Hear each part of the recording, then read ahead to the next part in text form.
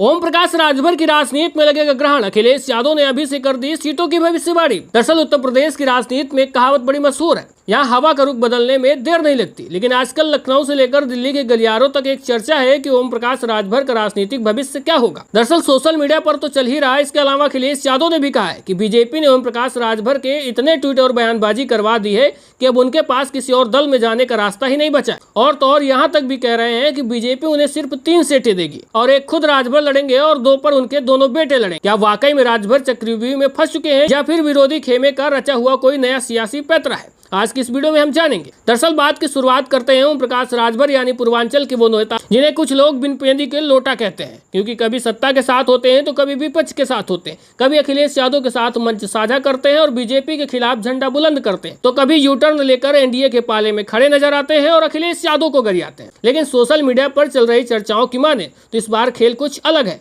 और दावा है कि ओम प्रकाश राजभर ने हाल के दिनों में मुख्य विपक्षी दल यानी समाजवादी पार्टी के खिलाफ इतनी बयानबाजी कर ली है कि अखिलेश यादव अब इनको अपने साथ लेने वाले नहीं हैं और इनके लिए समाजवादी पार्टी के गठबंधन में दरवाजे बंद हो चुके हैं। और भाजपा भी बड़ी चालू पार्टी है, वो भी इस तरह के नेताओं से अनर्गल बयानबाजी करवाती है और बाद में उसको और हवा देती है, जिससे इनकी बार्गेनिंग पावर खत्म हो जाए और दूसरी पार्टी में जाने के रास्ते बंद हो जाए, जिससे भाजपा के साथ गठबंधन में रहना इनकी मजबूरी बन जाए। और मजबूरी ओम प्रकाश राजभर की होगी भी, क्योंकि ये चुनाव जब भी लड़ेंगे या तो विपक्ष की मजबूत पार्टी के साथ लड़ेंगे या तो सत्ता पक्ष के साथ में रहेंगे, क्योंकि अकेले ये लड़ नहीं सकते, इनकी हिम्मत नहीं है कि एक भी सीट निकाल लें अकेले चुनाव लड़के। तो इनको या तो भाजपा के साथ रहना या तो सपा के साथ, क्योंकि तीसरी कोई बड़ी पार्टी जो कि उत्तर प्रदेश में जीतने की स्थिति में हो वो है नहीं अभी। तो ऐसे में ओम प्रकाश राजभर बीजेपी के साथ ही रहेंगे, ये तो उनकी मजबूरी है और ऐसे में इस मजबूरी का फायदा भाजपा भी खूब उठाएगी। जितनी सीटें इनको देगी उतने में तो इनको समझौता करना पड़ेगा। वो जरूरी नहीं कि वो 3 सीटों की बात हो सकता है 6, 7, 8 भी मिल जाए,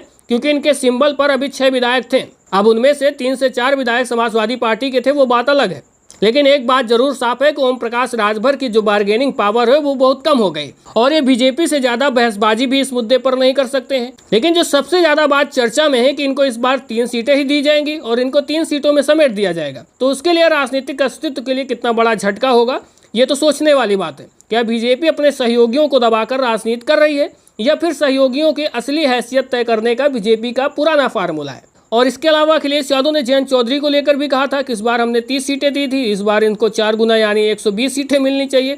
यानी एक तरह से अखिलेश यादव लगातार भारतीय जनता पार्टी के जितने गठबंधन के साथी हैं उनके मजे ले रहे हैं। वो चाहे निषाद पार्टी के नेता संजय निषाद हो या ओम प्रकाश राजभर हो, जयंत चौधरी हो, अनुप्रिया पटेल हो, कोई भी नेता हो, इनको याद दिला रहे हैं कि आप अपनी सीटों के लिए लड़िए और अपना वर्चस्व दिखाइए। और अखिलेश यादव भी चाहते हैं कि इससे भारतीय जनता पार्टी का जो गठबंधन है थोड़ा सा खलबलाए और एक दूसरे में दबाव बनाए और अपनी चीजों में उलझे रहे और समाजवादी पार्टी अपना काम कर जाए। तो वहीं दूसरी तरफ समाजवादी पार्टी और उनके समर्थक इस पूरी स्थिति का लुत्फ उठा रहे हैं और अखिलेश यादव के समर्थक लगातार ये संदेश देने की कोशिश कर रहे हैं कि जो सपा का नहीं हुआ उसका कोई नहीं होगा। सपा नेताओं का अंदर खाने कहना है कि जब राजभर उनके साथ थे तब उन्हें पूरा सम्मान और पर्याप्त सीटें दी गई थी, लेकिन एनडीए में जाते ही उन्हें सीमित कर दिया गया। हालांकि राजभर के समर्थक इसे विरोधियों का प्रोपेगेंडा बता रहे हैं। उनका कहना है कि राजभर को दबाना आसान नहीं है, लेकिन सिक्के का दूसरा पहलू ये भी है कि राजनीति में क्रोनोलॉजी और ट्वीट कभी कभी बड़े बड़े कप्तानों को क्लीन बोल्ड कर देते हैं। इसीलिए कहा जाता है कि बयानबाजी भी बड़ी सोच समझ कर देनी चाहिए, क्योंकि इससे पहले 2024 के चुनाव में भी ओम प्रकाश राजभर की पार्टी 0 पर आउट हुई है। सवाल उठता है कि ओम प्रकाश राजभर वाकई में बीजेपी की इस मास्टर स्ट्रोक पे उलझ गए हैं। क्या 3 सीटों का गणित राजभर की राजनीति को सीमित कर देगा या फिर वक्त आने पर कोई नया दांव चलेंगे? क्योंकि यूपी की राजनीति में एक बात तय है कि यहाँ कोई स्थायी दोस्त नहीं होता और न ही स्थायी दुश्मन होता। यहाँ सिर्फ वक्त और सीटों का गणित मायने रखता है। आपको क्या लगता है? अपनी राय कमेंट बॉक्स में जरूर बताइएगा। साथ में वीडियो को ज्यादा से ज्यादा लाइक और शेयर करके चैनल को भी सब्सक्राइब और फॉलो करिएगा।